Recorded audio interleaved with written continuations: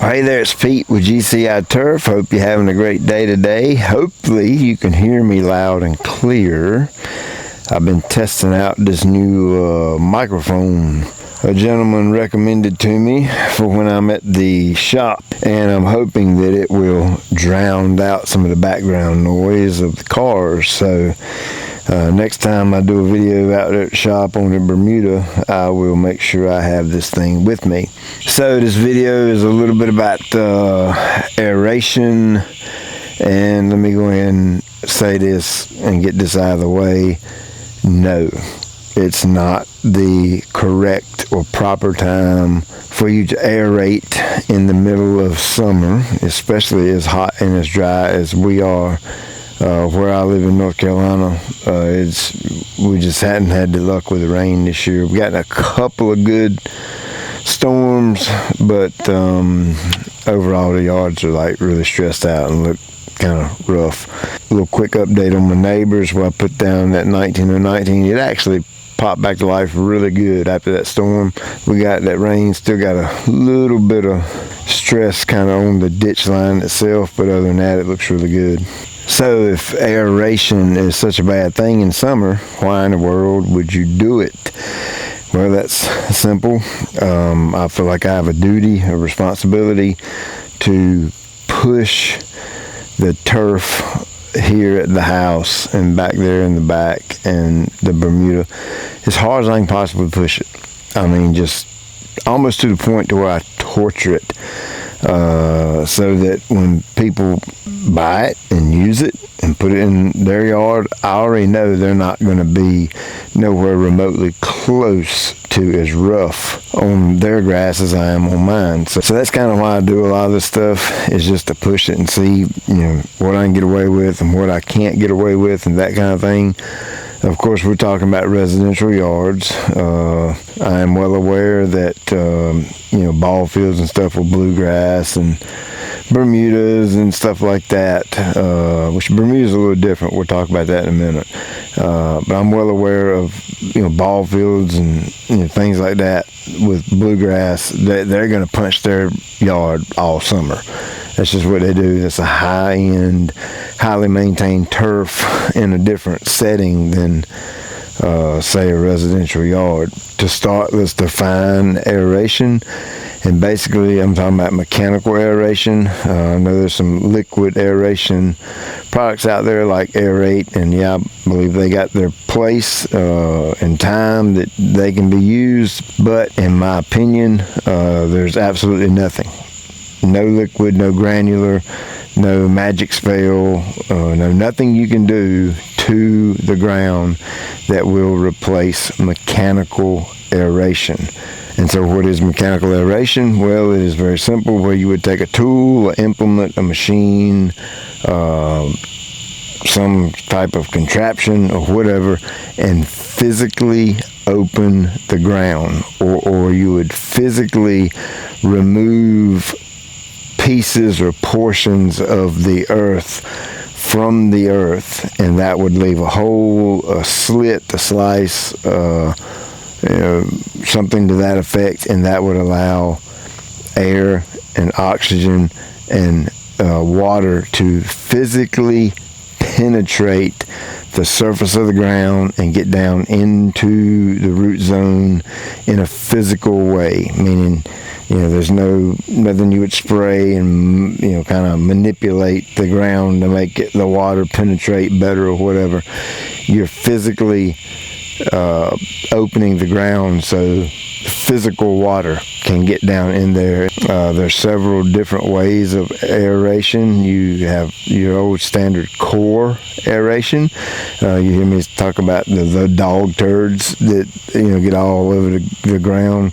That's where a machine goes in. It's a holotine core tine that would penetrate the ground, and when it comes back out, it spits the turd on the ground. When it goes in and picks up the next core, and it keeps pushing them out, and then you end up with a bunch of cores on the ground. That's one way. I'm a big fan of an Aerator, and that's the thing with the solid tines. They make them for grasshopper Ventrac. They make them go on the back of a tractor, 3-point hitch attachment. and those are the ones with solid tines that will vibrate very aggressively, almost violently. And of course, if the ground's wet, it's going to waddle out a hole. If the ground's dry, it's going to fracture and break up and crack that ground, and almost as if you're tilling it in a way without doing excessive damage to the ground. Aeration, you want to be careful if it's really dry. And you go out and try to aerate, you're only going to make the problem worse. So water's absolutely key when you're doing that. Then you have deep tine aeration, which you see that mainly on golf courses and ball fields and things like that, and that's a special implement that goes behind a tractor most of the time. They have self-propelled models, and they puncture the ground. It's usually smaller diameter cores that would pull out to make a solid tine and a core tine, deep tine aerator, and it would either remove cores about big as your pinky or big as the number 2 pencil. Some of them are a little bit bigger than that, but it would remove the cores or either just punch a hole in the ground. I personally don't have one. I would love to own one, love to get my hands on one, and I don't even own a tractor, so I couldn't, or a tractor with a PTO in the back, so I really couldn't use one anyway. But those things work really good. See them used on golf greens a lot, that type of thing. And then there's one that a lot of times folks don't talk about a lot, and that is a slice or slit aerator. And usually that is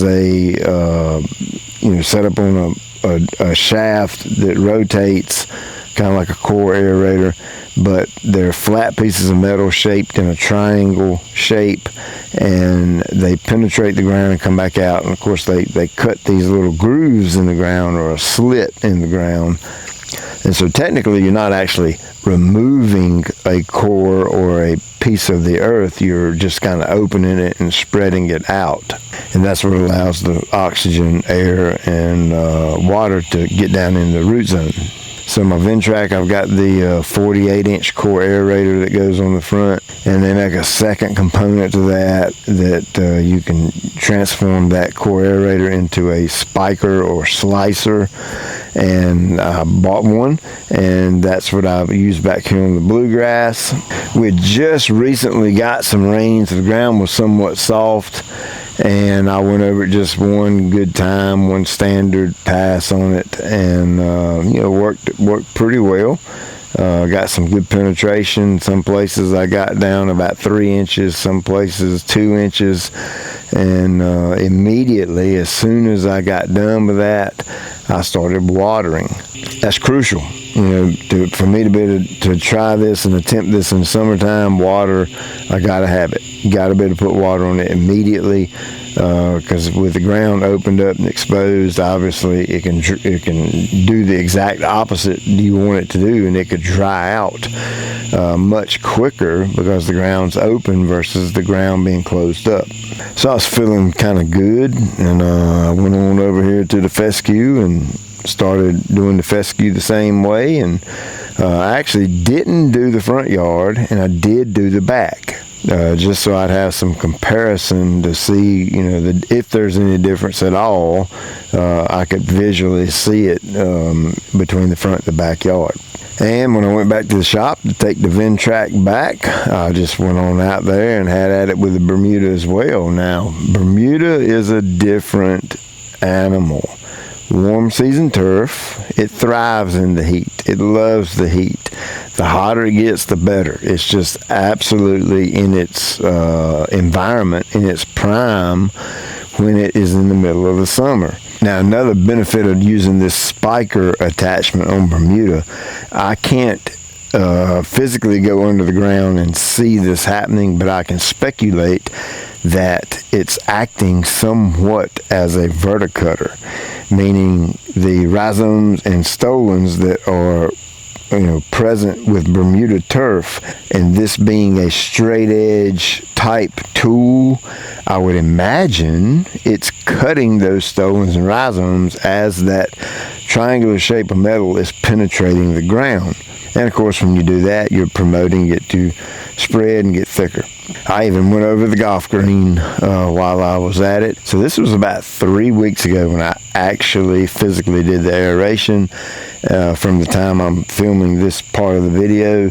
So I've actually got to see it heal up and see some results. That way I could give you some results in the same video. The fescue looks fine. You couldn't even hardly tell I aerated.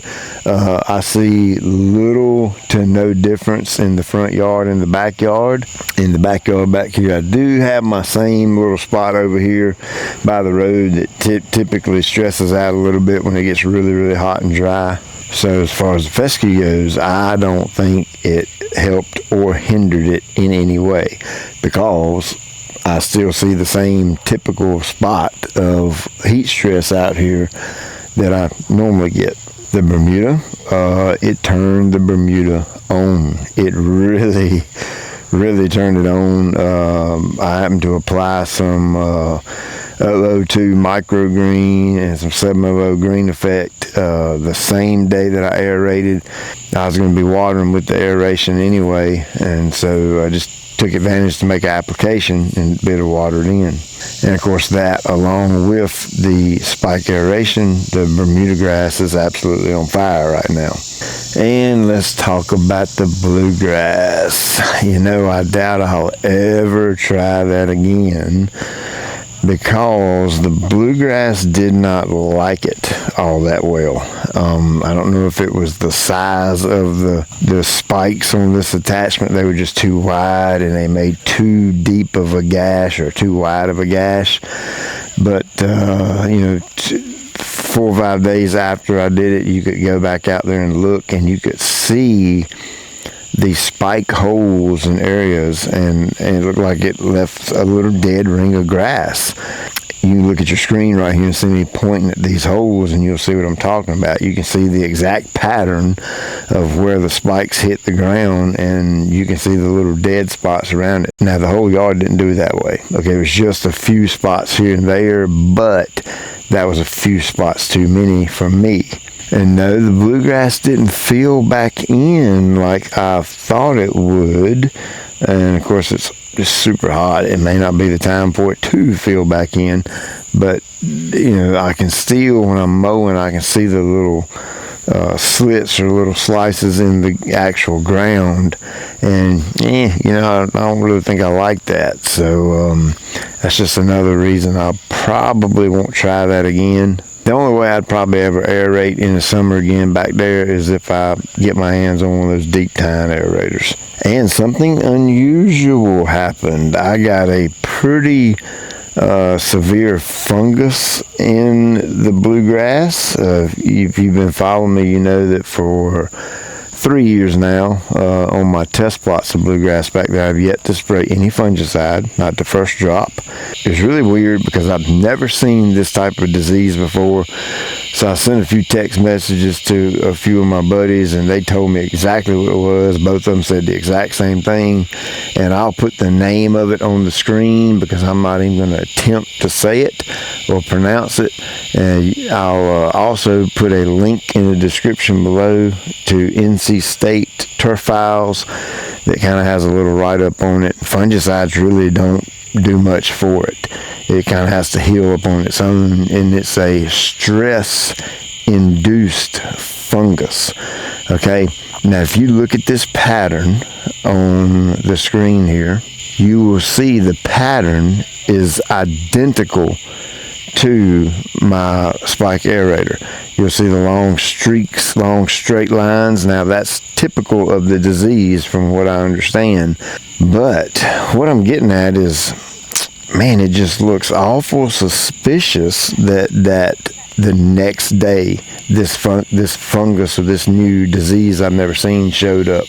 That's just very suspicious to me. Did the spike aerator cause the stress on the turf and then the fungus showed up? I have no clue. I'm not a rocket scientist, so I don't know that stuff. But it just looks awful suspicious to me that it showed up the day after. Now, one thing I did do is I went on and put down a fungicide on it. First time in 3 years I've ever sprayed fungicide on bluegrass, because I got a little spooked. I went to Mustang Week not too long ago, and this happened right before I left for that. And so I wanted to make sure I was covered in case anything weird happened while I was gone. So I bit the bullet and went on and put a fungicide down. Current day on the bluegrass, right now today, that spot is almost healed up. It's not completely healed up. I probably will have to do a little repair work on that area this fall. So there you go. That's my little experiment on aeration in the middle of summer. And so, I just figured it was a great time to put the turf to the test and see what happens. So, talking about aeration, it's about that time. Folks are getting geared up for seeding and things like that, and typically aeration and seeding go kind of hand in hand. It's convenient to go and put down your grass seed once you do your aeration, but it's just kind of been the old typical standard, and you do that in the fall time of the year. Again, I don't recommend anybody do this. The cool season turf in the summertime, obviously Bermuda and zoysia, that would be different. They're going to respond to it exceptionally well.